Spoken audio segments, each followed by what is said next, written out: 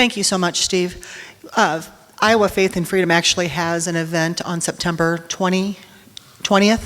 So it is a little trip to Des Moines, but it's a awesome opportunity to hear a lot of great speakers, do some fellowshipping with like-minded people.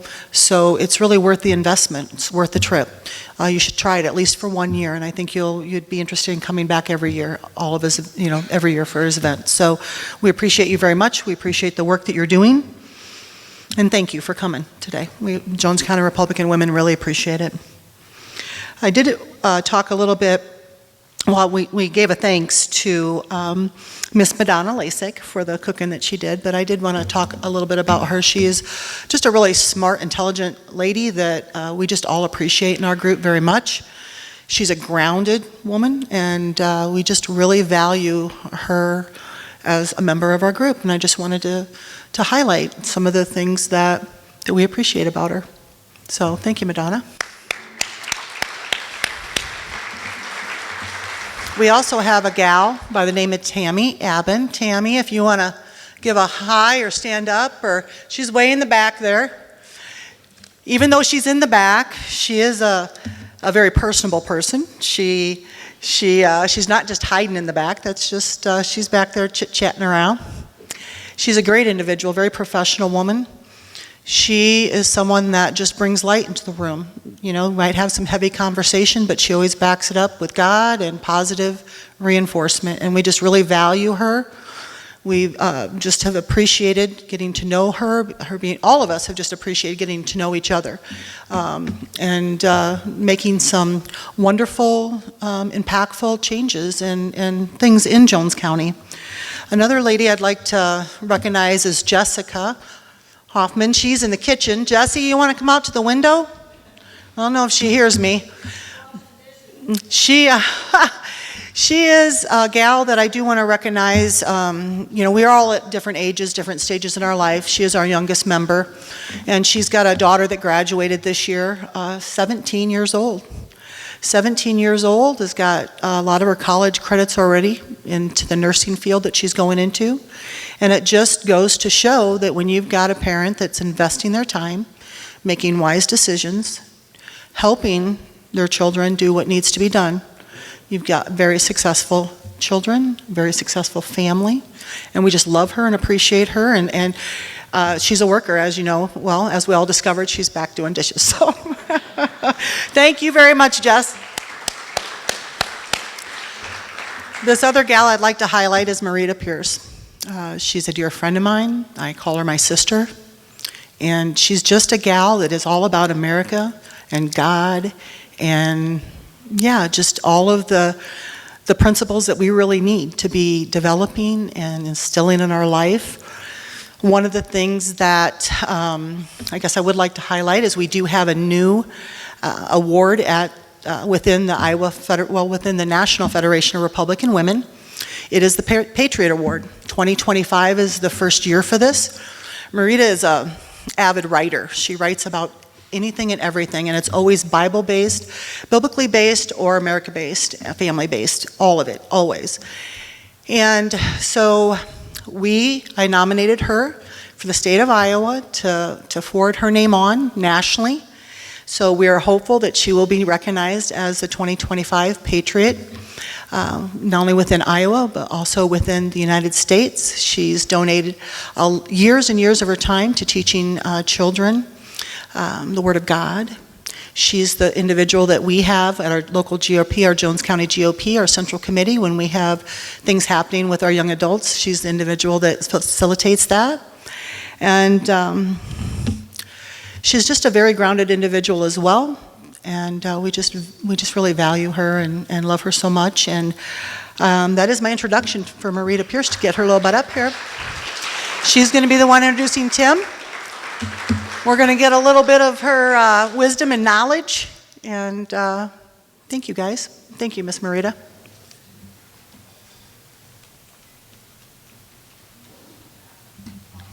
Well, welcome, and thank you for attending. God is always good, and the good Lord is making his presence known at this time.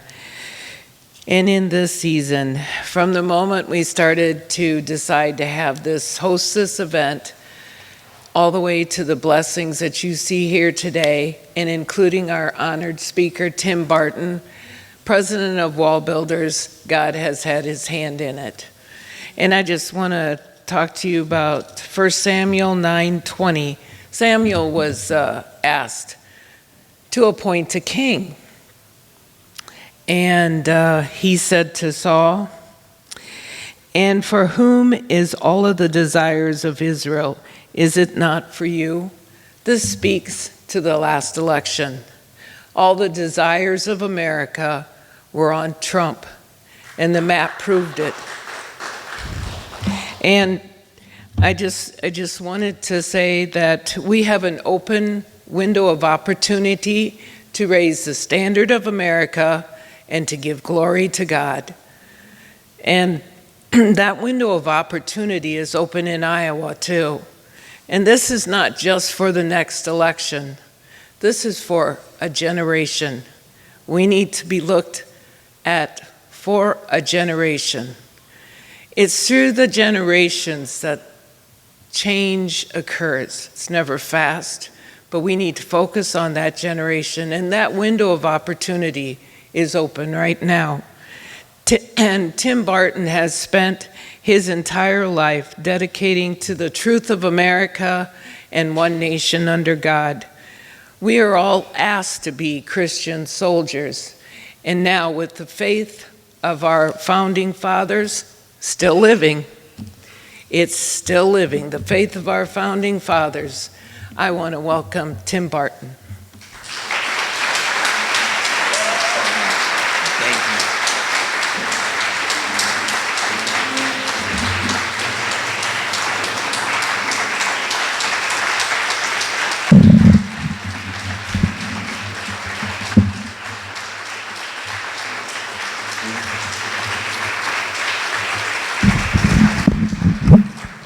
I appreciate you giving me time to plug in my computer. I know that was the only reason we were standing. It is my pleasure to be here. If you are not familiar with our organization, Wall Builders, we take the name from the Bible story of Nehemiah. He was the one that God used to help rebuild the walls of Jerusalem. My dad started our organization back in the 1980s. And really felt God had given him the call of Nehemiah, looking at America back in the 80s. There were so many problems going on in the education system, and the violent crimes were on an increase, and teen pregnancy and STDs, and just there was so much chaos in the nation. And God took my dad on a journey rediscovering American history. And when he discovered history, he realized that so much of what the founding fathers had done and said was contrary to what he had been taught in school. And so he started collecting the founders' writings. We now have what is considered the largest private collection of original documents from the founding fathers. We have tens of thousands of original handwritten documents from the founding fathers. We have more than 100,000 items in the collection, the majority of it from before 1812. We have 2 museums in Texas in the Dallas-Fort Worth area. So if you ever come down, come see the museums. They're amazing. But I want to start by telling some stories tonight. I'm going to start with one from John Adams. John Adams in 1813, he wrote Thomas Jefferson a letter. And at this point, they've gone through the Revolution. They were both serving under Washington's administration. This is when they had some of their falling out. They're not friends. They don't talk anymore. It's complicated when Jefferson becomes John Adams' vice president, all kinds of issues. As they go on, they've both been presidents. One of the other founding fathers, Benjamin Rush, helps them become friends again later in life. And they start writing letters back and forth. And so John Adams writes Jefferson this letter, and he says, remember like 40 years ago when we first got together, and actually the first time that any of the founding fathers got together and we met, we had all these grand ideas. We thought we knew so much. And we start talking with everybody else, and we realized that we had a lot of disagreements. And we spent so many days and weeks and months arguing with each other. And as he goes through reminding and telling some of the story, it's interesting that he points out we did find common ground. And here's where he said they found common ground, the founding fathers. He said the general principles on which the fathers achieved independence were the general principles of Christianity. He said it was around these principles that we united. And by the way, you can look that letter up online. You can read the whole letter. there's a couple paragraphs where he talks about the things that united them, but what I would point out is when he says it was the general principles of Christianity, that was the thing that brought the founding fathers into agreement and unison. A lot of people today are told the exact opposite about the founding fathers, right? Where so many people have grown up in an education system that says the founding fathers were atheists, agnostics, and deists. They didn't believe in God, whatever that might look like. And it's interesting that John Adams is arguing that Christianity was this culminating thing that brought them together. And I would point out, if you look at the Declaration, one of the things that used to be known is in the Declaration, there's 27 grievances listed, but it was historically documented that every single one of those issues in the Declaration had been preached from American pulpits prior to 1763. In fact, there was a lady named Alice Baldwin back in the early 1900s. She was a professor at Duke University. She actually started the women's program at Duke University. She was there in the 1930s, 40s, and 50s. But in 1928, she wrote a book called The New England Clergy and the American Revolution. And in her book, she identified that when you look at the Declaration, there was not a single issue in the Declaration the founding fathers came up with. Instead, and actually she goes through and identifies all these early sermons, she said when the founding fathers came together, all they did was repeat what they had been hearing from their pastors for decades leading up to this moment. And again, this is a professor from Duke University. She starts the women's program, a noted historian.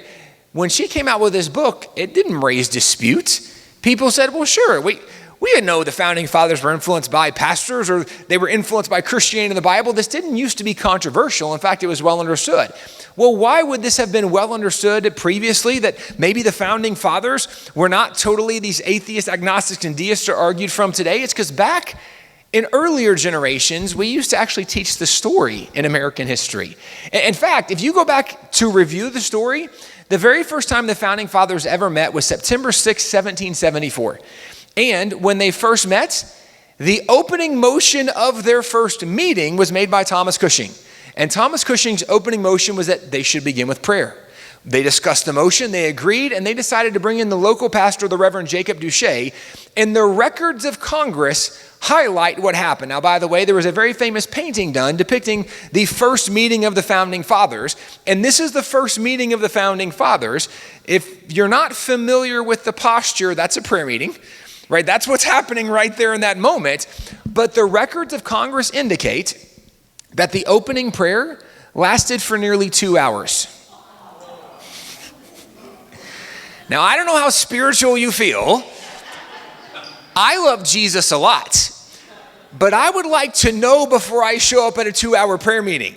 I need to mentally prepare myself for this moment, right? Well, what's interesting about this is that this is recorded in lots of places. In fact, John Adams wrote Abigail about this. And in his letter to Abigail, he says, Abigail, when we first met, it was Thomas Cushing who made the motion. Oh, let me back up. Thomas Cushing I was trying to hit this button, is this guy right here. He said, Thomas Cushing made the motion that we should open with prayer.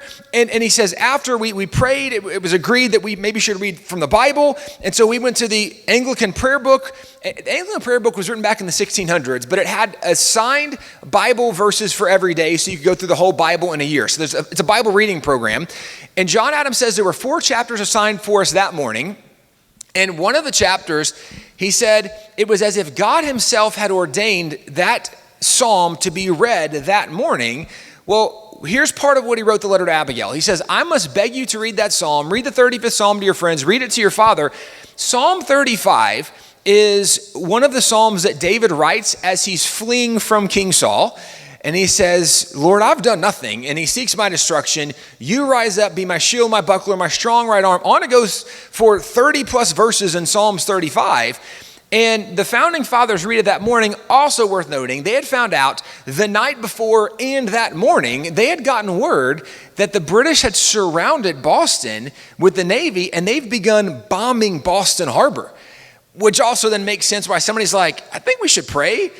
Right, it makes sense. But then when they're reading Psalm 35, and this is literally a chapter that was assigned for that day like 100 years before the day they're reading it. So they didn't arbitrarily choose this. One of the other founding fathers said that psalm was accidentally extremely applicable to our situation. Meaning they didn't just pick their favorite verse and apply it. Well, John Adams writes, Abigail, what else they did? In another letter, he told her, Abigail, we've appointed a continental fast, meaning the Continental Congress called on all 13 colonies to a day of prayer and fasting. And here's what John Adams wrote about that. He said, millions be upon their knees at once for their great creator, imploring his forgiveness and blessings, his smile on American council and arms. Now, John Adams is telling Abigail, I think millions of people are going to be praying on this day. There was only about 3 million colonists at the time. So John Adams is assuming everybody's going to be praying on that day. That's probably overly ambitious, right? Like that's probably expecting the 100% voter turnout, which unless the Democrats send out mail-in ballots, doesn't happen, right? Like that's not the way that works. Well, probably right. Not everybody probably prayed, but let me point out a few things. This is also reflective of a culture that John Adams thinks this is going to be so well received that this is going to be normal activity. People are going to participate in this and do this.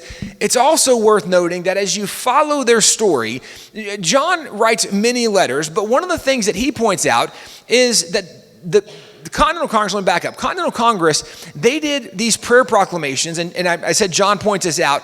This isn't all of their writings, but this call to prayer was not a new idea because by 1815, there had been more than 1,400 official government prayer proclamations in the New England states alone. What does that mean? It means every founding father who was a governor in the New England states. It means the founding fathers who were presidents. It means the Continental Congress, they had days of prayer and fasting and prayer and thanksgiving 1,400 times by 1815. Now, this is a data point worth remembering. Because when someone says, well, the founding fathers weren't really religious. Okay, let me walk you through this thought for a second. Because people today say, well, we know they were deists or they were agnostics, they were atheists. An atheist believes there is no God. An agnostic says there's no way to know for sure if there's a God. And a deist says, well, there is a God, but it's like the clockmaker theory that God wound the world up and let it go because a deist believes God doesn't get involved in the world anymore. If you're an atheist, agnostic, a deist, if you're not religious, you know what you're never going to do? That. And you wouldn't have done it one time, much less 1,400 times. Every founding father that signed the Declaration that became a governor did prayer proclamations. So this notion today that we think they're not religious, it's only because we don't know their stories anymore that you could even arrive at a similar conclusion. Well, let me back up, because during the Continental Congress, the American Revolution, Congress did 15 prayer proclamations during the American Revolution alone.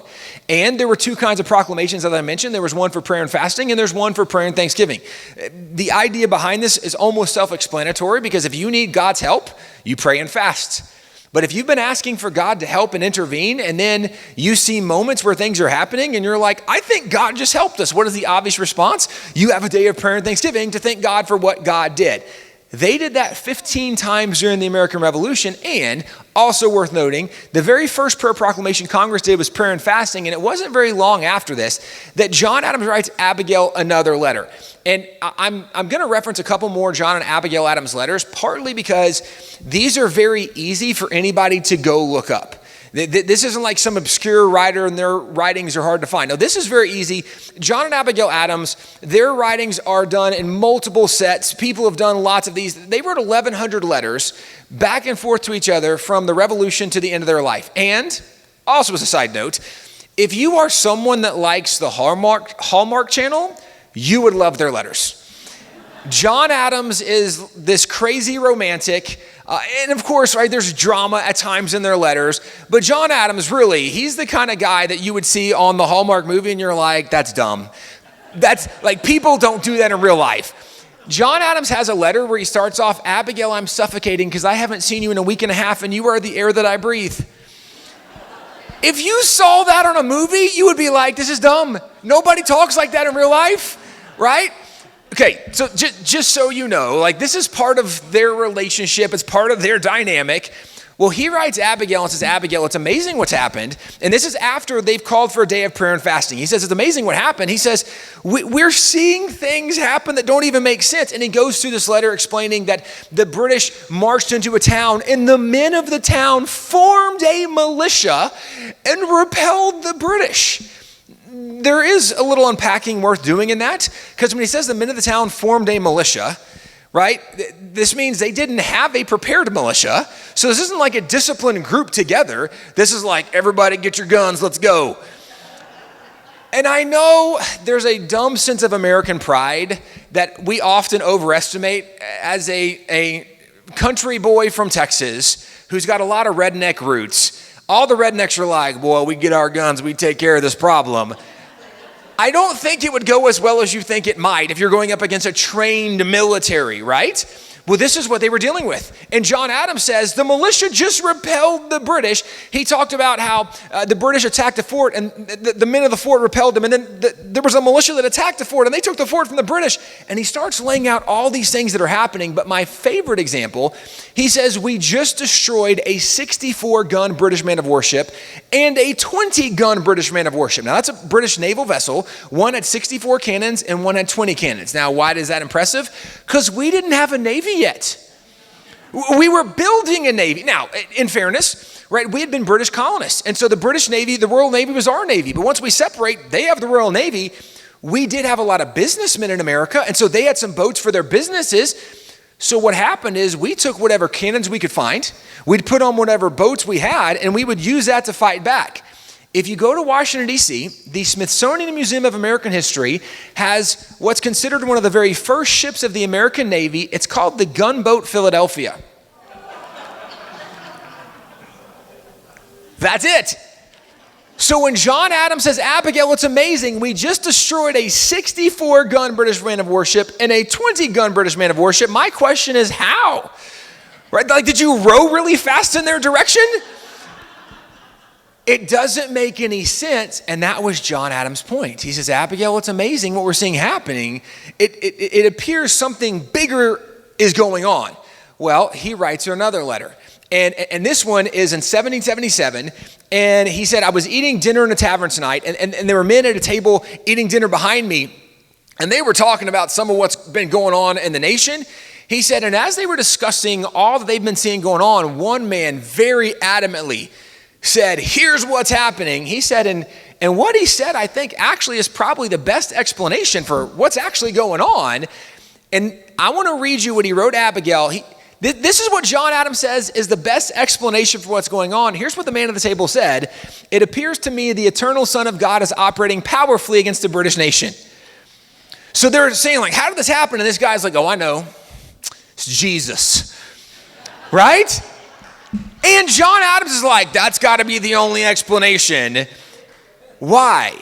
Because there's no way that rowboats beat ships, right? There's no way that a bunch of untrained men are getting guns and they repel an actual trained, like, there's no way unless God was on your side. Now, let me also point out, that kind of statement doesn't come from someone who thinks God shouldn't be a part of the equation, right? That's not a separation of church and state guy. That's not an atheist, agnostic, and deist. This is someone who was acknowledging we've been praying and asking for God to help, and it's so clear that God has been helping us. Now, this was 1777. So this is still early stages of the revolution, and yet the men at the table behind John Adams were like, it's so obvious God's helping. So here's the question.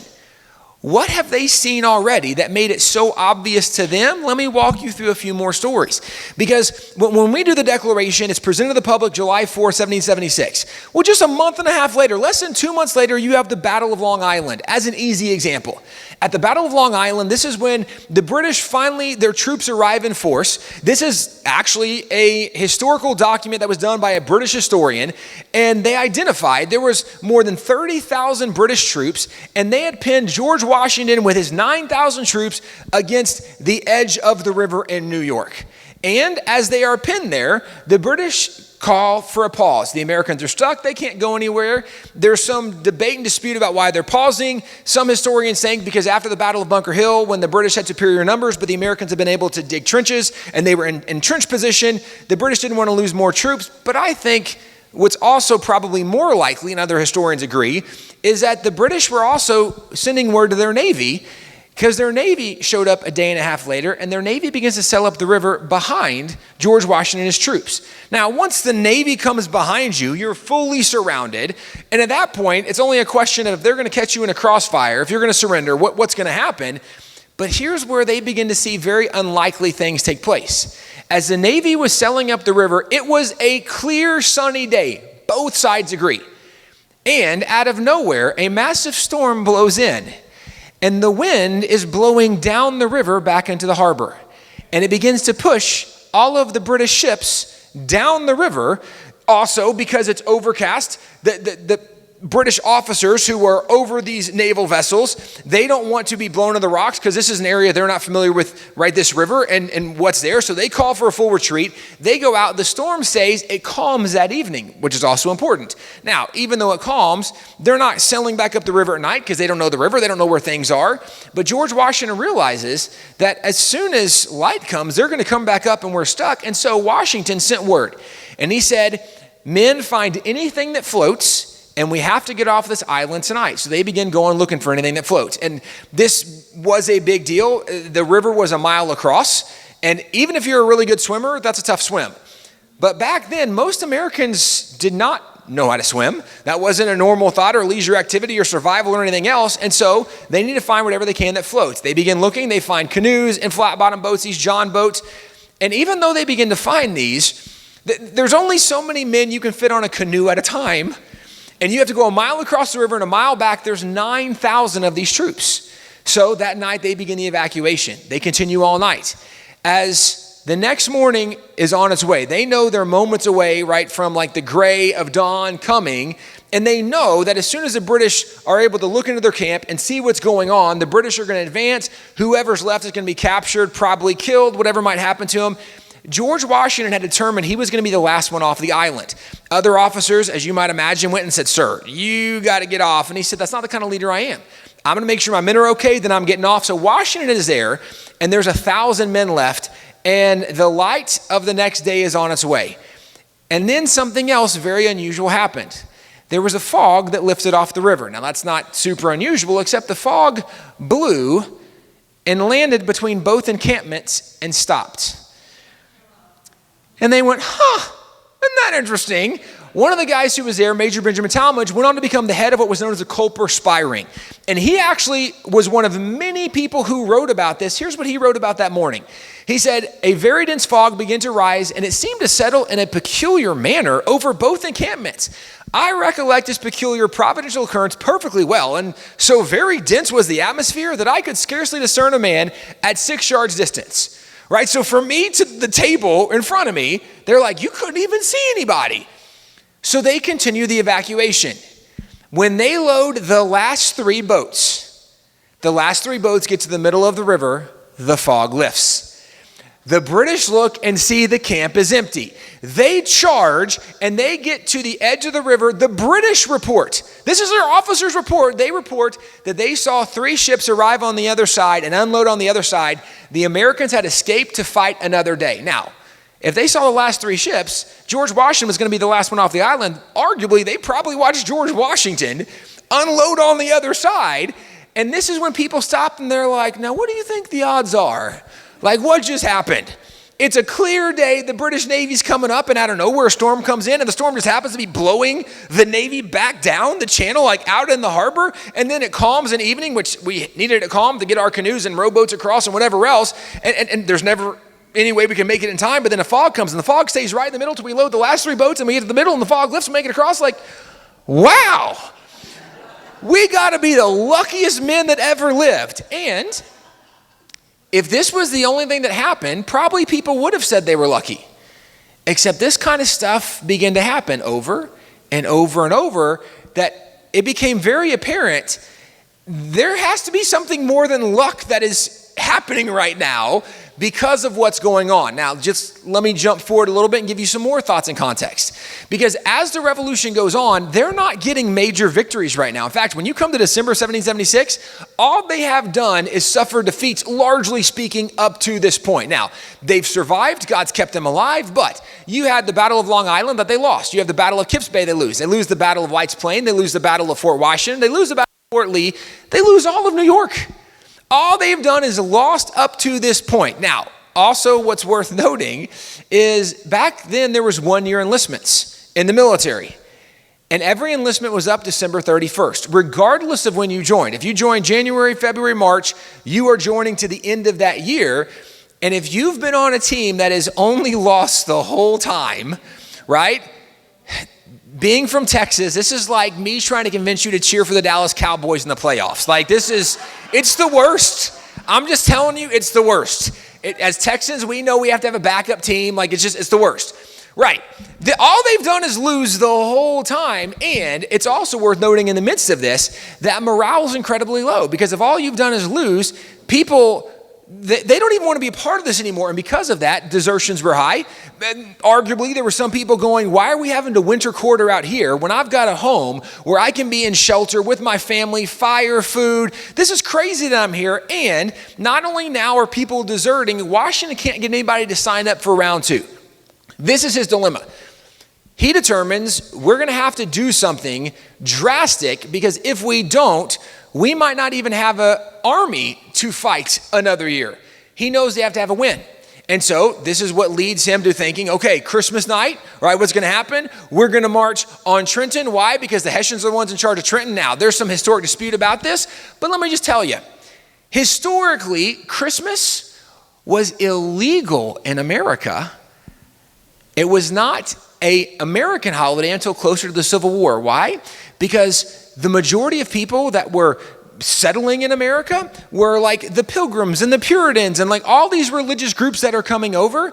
And one of the things that had happened in Europe is they had taken what at times had been religious and holy days, and they had so secularized them and made them at times into drunken parties and even orgies at times that they said, well, we're not doing any of that. So literally Christmas was banned. But what was also known is over in Germany, when they do Christmas, they have a huge celebration with lots of drinking. Okay, well, let me just point out, if you had to pick a fight with a professional soldier and you're like, I'm going to wait till he's drunk and unconscious, that's a good strategy. Right? Like, I don't dispute that might not be a bad idea. Well, he determined, Washington said, okay, on Christmas night, we're marching on Trenton. And we're going to show up the next morning. And so he sends word. And actually, part of what they were going to do, they were going to cross the Delaware. They were going to have 3 crossing locations. He sent word to an army in the north to come down from the north. There were supposed to be 4 armies there. But as they go to cross, they face complications. Now, one of the guys who was actually there with Washington at the crossing was General Henry Knox. I'm going to come back to him in a second. But as they go to cross the Delaware, they arrive, and it's December up in the New Jersey, New York area, right? This is not the ideal time to try to cross a river when the river hadn't frozen over, but there's massive chunks of ice. There's a fog. They can't even see the other side. Well, as they begin putting in one of the locations, they put in a boat, and it goes a mile down river before they're able to get it across, and they're not even able to get it back. It's stuck. It's going down further. They're trying to come back. Well, that was at one of the crossing locations. Well, at 2 of the crossing locations, they determined we can't get any troops across. The only crossing location where they got people across was George Washington's crossing location. Now, George Washington's initial plan was, we're going to cross 5,400 troops. We're going to take our cannons and horses, and we're going to be across by midnight. But when Washington is able to get men across at his location, he doesn't know this yet, but they're the only location they get people across. They get to the other side, and they have about 2,400 troops. They get there, and they say, where's the other men? And they get word, nobody else made it. It's us.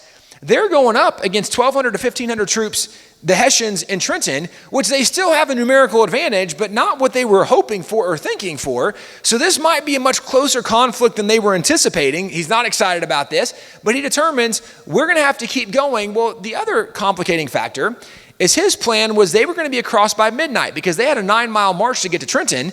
But if you start at midnight, then you can be there before the light of dawn, and you can be set up in position. Well, they didn't get across until 4 a.m. And there's no way you're taking troops and horses and cannons 9 miles before there's any gray outside. Literally, physically, you could not do that. But he determines we have to continue on, because this is the best chance we have of having a victory. If we don't have a victory, nobody's going to sign up for round 2. So we have to be committed to this. So they continue on. As they're continuing on, to make matters worse, in this march, a little over 9 miles, you see 10 miles on the screen, they walk into a blizzard. And historians on both sides note how ill-prepared the soldiers were for bad weather. The British have already documented at this point that they could track the American soldiers' movement at wintertime by their bloody footprints in the snow, because back then you had one pair of boots. There was nowhere else to go get another pair of shoes if something happened. And many of the men had already worn through their shoes, so they're wrapping claws and rags around their feet, whatever they can to stay warm. Miserable, brutal conditions. Also back then, the military gave you a uniform, but they didn't give you winter gear. So most of the men didn't even have winter coats or anything else. And so as they're marching in this storm, it actually is recorded that 2 of the men actually froze to death during this march. Historically, we don't know exactly the details that explain exactly what happened. My best guess, if you have people that are not dressed appropriately, probably they're walking and somebody's like, I just got to sit down for a second. Probably they sat down and never got back up, because if you stop moving, right, that's the end. Well, what we know is 2 of them froze to death. What they did not know, that also ended up being very providential for them, the blizzard was also going on at Trenton. And the sentries on duty went to their CO, their commanding officer, and said, sir, nobody's going to be out here in this crazy weather. Can we please come in and stay warm by the fire? And their officer says, yes, you can come in and stay warm by the fire. So the Americans are never going to make it before sunrise, but now there are no guards on duty anywhere, not watching the roads, not watching the fort. So literally Washington and his men approach a fort that is unguarded. They're in position by 8 a.m. And when they announce themselves that they're in position, not only is it a complete surprise, but the entire battle lasted only 35 minutes. Now, logically, that makes no sense. And I'm going to tell you how it happened in 35 minutes, and it makes even less sense. The Hessians are inside the fort. The fort is closed. They are in an entrenched position. They could have waited, right? Get word out, backup's on the way. No. When the first shots happened, they abandoned the fort. Nobody knows why. Okay?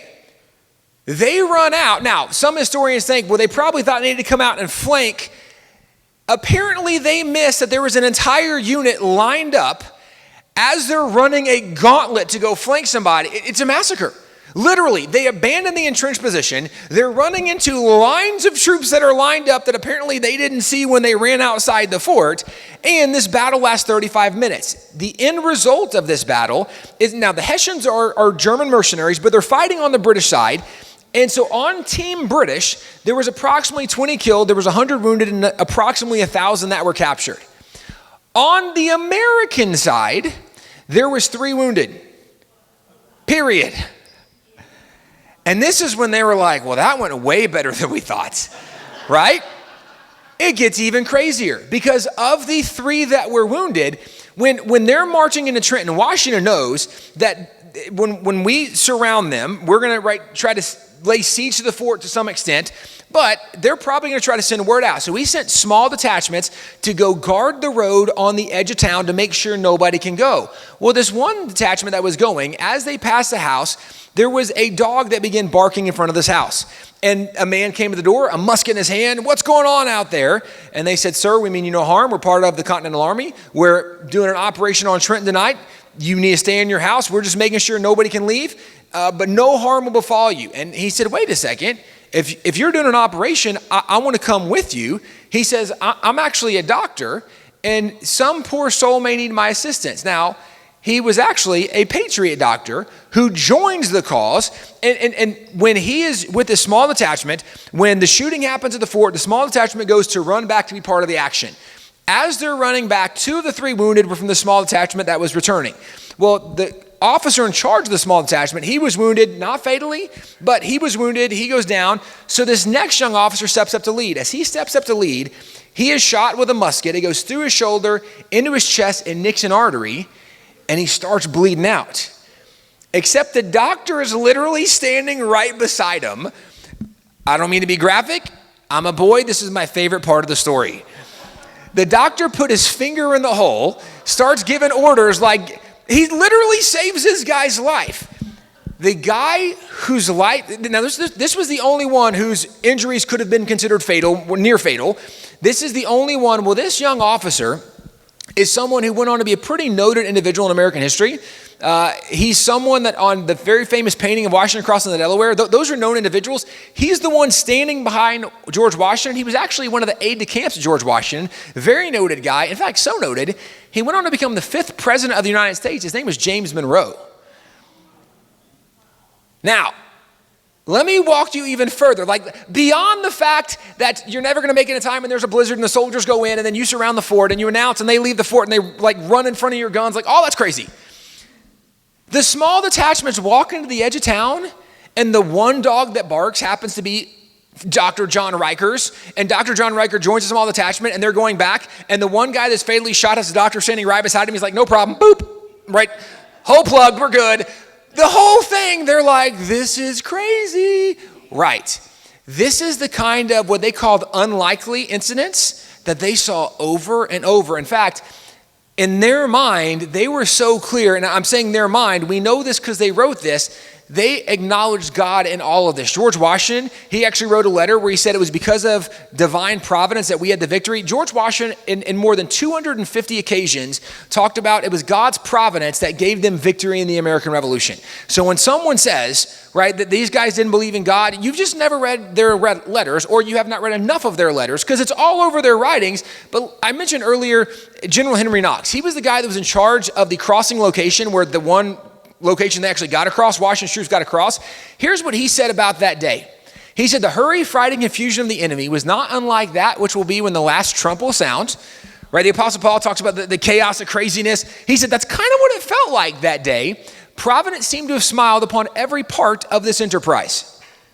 Now, this is the guy who's there saying God, in every moment of this, was looking over, helping. Like, that's the only reason it happened.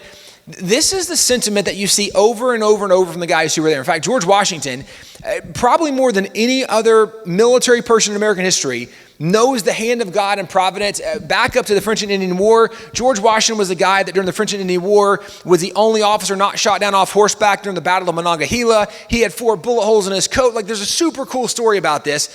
But he had seen so many moments and wrote about how God had saved him in many occasions. In fact, even during the American Revolution, it was reported that when there were lines of like colonial troops and then British troops, and they're lined up against each other, Washington at times on his horse would ride between the volleys to encourage of all of the dumb places to be, right? Like, this is when your mom would have been like, you get out from there right now. You should never have been there, but Washington was so convinced that he was walking in the protection of divine providence that he was like, I'm good. He was literally riding his horse at times in front of men with guns, both sides between, like crossfire. Washington had seen God's hand so many times. And I say that prefacing, this is a letter he wrote to General Thomas Nelson Jr. in 1778. Thomas Nelson Jr. was a signer of the Declaration from Virginia. He then joins the military, becomes a general serving with George Washington. Here's what George Washington told him. Now, this is 1778, still like middle of the Revolution. And it's so obvious to George Washington that God's been helping them the whole way through. Here's what he wrote. He said, the hand of providence has been so conspicuous in all this that he must be worse than an infidel that lacks faith and more than wicked that has not gratitude enough to acknowledge his obligations. Washington's point was, if somebody sees what we've been seeing, and if they can't acknowledge that God's been a part of this, you must be worse than a non-believer, an infidel, or more than wicked to not acknowledge God's hand in this. His next line is my favorite. But it will be time enough for me to turn preacher when my present appointment ceases, and therefore I shall add no more on the doctrine of providence. When George Washington is like, I've seen enough miracles, I can become a pastor. But for right now, I'm going to focus on winning the war. Right? Like, this is his sentiment. Why? Because it was so obvious God was a part. And not only was it obvious God was a part of the revolution, let me give you some other depths of thought. Again, just this God component element in our nation. In 1781 is when you have the last major battle of the revolution, the Battle of Yorktown. This is when ultimately we have defeated the Cornwallis, the biggest stronghold of the British, and it kind of signals the end of the revolution where we've now separated from King George. Well, a couple of things to note. Under King George, he had upheld British laws that had been in place at times for 100 plus whatever years. Let me back you up. In 1611, King James does the King James Bible. Now, this is not a knock on the King James Bible at all. I want to give you context. The Geneva Bible was the Bible of the Reformation. When the early reformers are beginning to point out that some of the things happening under some of the kings in some of these nations weren't what the Bible said, it leads to the Reformation. And honestly, again, sometimes there's even some, I think, mistelling of this. There was only Catholics at that time, so it was Catholic monks pointing out, hey, what that king is doing, or what that Catholic leader is doing, is not what the Bible says. Now, because they were protesting, it became the Protestant Reformation. But ultimately, at that point, all it was people saying that's not what the Bible actually says. You should do what the Bible actually says. But from that, it led a lot of thoughts and conversations. And also, it's worth noting that you can look at England, and they had already left the Catholic Church. They had become Anglican back to King Henry VIII when he wanted a son, and his wife kept giving him daughters, and he was really angry. He went to the Pope and said, I want a divorce. And the Pope says, you can't just arbitrarily get a divorce because you want a son and your wife's giving you daughters. By the way, that's not how biology even works. Obviously, they didn't know that back then, right? It's based on the male, not the wife, but whatever. The Pope says, you can't just do a divorce like that. That's not, God hates divorce. It's not what he wants. And the king said, well, then I don't want to be Catholic anymore. He said, I'm going to do something different. And he was the one who founded the Anglican Church, and he says, as the leader of the Anglican Church, I will grant myself a divorce. Well, so England becomes Anglican, but then they begin doing other things, and I'm giving this again as context. So the Reformation happens, the Geneva Bible is incredibly informative, but one of the things that happens is they point out a lot of what kings were doing is not what the Bible says. A lot of things that were happening. And so it led to opposition from the kings. Well, King James said, we don't want the Geneva Bible. And they do a work to do a translation, which is a great translation of the Bible. But when the King James Bible came out, they banned the Geneva Bible. In fact, they then passed a law that said no English commentary was allowed to be printed anymore because they didn't want commentary suggesting what the Bible was about and how it applied. And there was a big kind of propaganda campaign for the King James Bible when it came out, saying that kings are God's favorites, God's always loved kings, and you should support your local king too. This was their propaganda campaign. The reason all that matters is because the king would only allow the Bible to be printed by printers who he had given an official Anglican printing license to, and he only gave those, actually it was one specific family in England, he gave them that license. No American was ever allowed to print a Bible in English. Well, when the war starts, England's our number one trade partner. We have to import Bibles from England, and now we have a Bible shortage in America. In 1777, there was a petition to Congress to import 20,000 Bibles from Holland or some other friendly nation. Congress approved it, but because of conditions of the war, they weren't able to import the Bibles. Jump forward. So now we're to 1781. We're separating from the king, and Robert Aiken, the guy who's the official printer of Congress, like when Congress did, for example, a prayer proclamation, he's the guy that printed those proclamations from Congress. Robert Aiken goes to Congress and says, okay, guys, obviously under the king, we have not been allowed to print Bibles. And I haven't. But I've been working on a project. And I would like to know, now that we're separated from the king, is it okay if I print a Bible in English in America? Well, Congress did what Congress does. They said, let's assign a committee to that. And they assigned a committee. And the committee was the one that was supposed to oversee this project. The committee brought in actually a couple of pastors to make sure he does a good job translating from the Greek and the Hebrew and even from the Latin Vulgate. And on some level, it makes sense. You don't want your first translation to have a lot of errors that then you're going to look disgraceful to some extent. But what's interesting is that as you're moving forward, the revolution is coming to an end. The first Bible is already in works to be printed. That first Bible comes off the press, 1782. It's known as the Bible of the Revolution. It's also known as the Aiken Bible because Robert Aiken is the guy who actually did this Bible. What is one of the most remarkable things about this Bible, though, is in the very front of the Bible. The very first thing in the Bible, it actually has the report of the committee that oversaw the printing of this, where they actually talk about bringing in these two pastors to oversee it and how the pastors say he did such a good job, and they go back and the committee reports to Congress, and then right below the report of the committee, it has a message from Congress. The United States and Congress assembled recommend this edition of the Bible to the inhabitants of the United States. The first Bible printed in English in America was printed with the approval, right? The authorization and the endorsement of Congress. Well, it gets even better. Because when Robert Aiken went to Congress to make this appeal, he actually had to write down his request.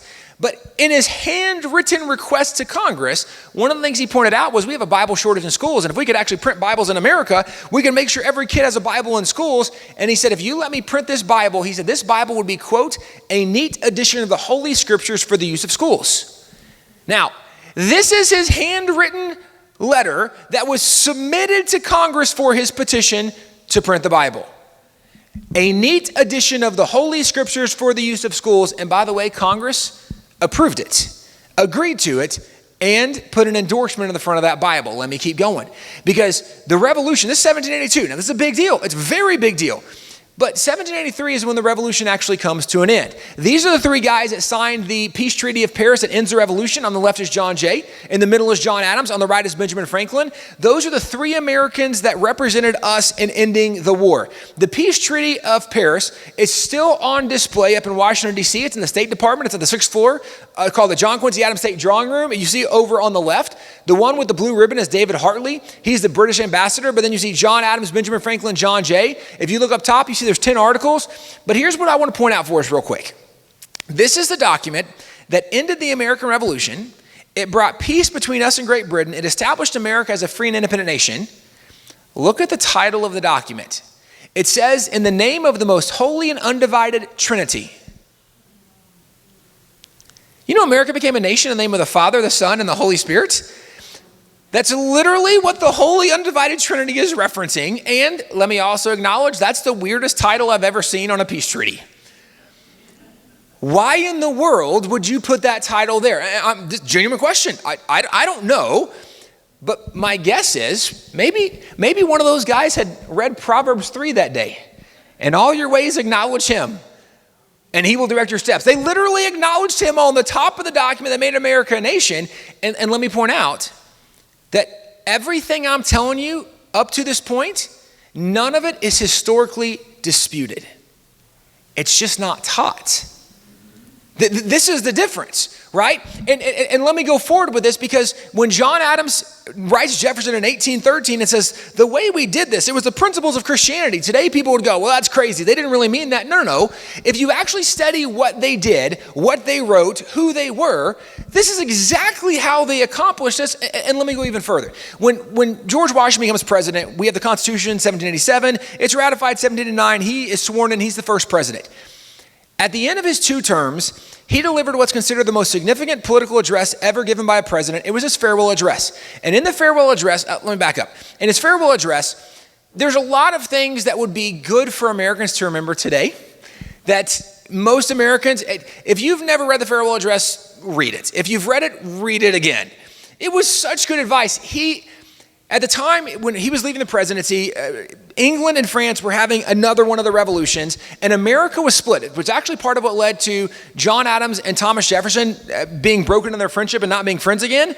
It was part of this conflict going on with Great Britain and France, because many of the Americans recognized that France not joined us in the revolution, we never would have become a nation. We need to help our friends in France, but so many of the Americans had come from Great Britain, and now we've restored relationship and we're friends again, and we don't want to go against them again.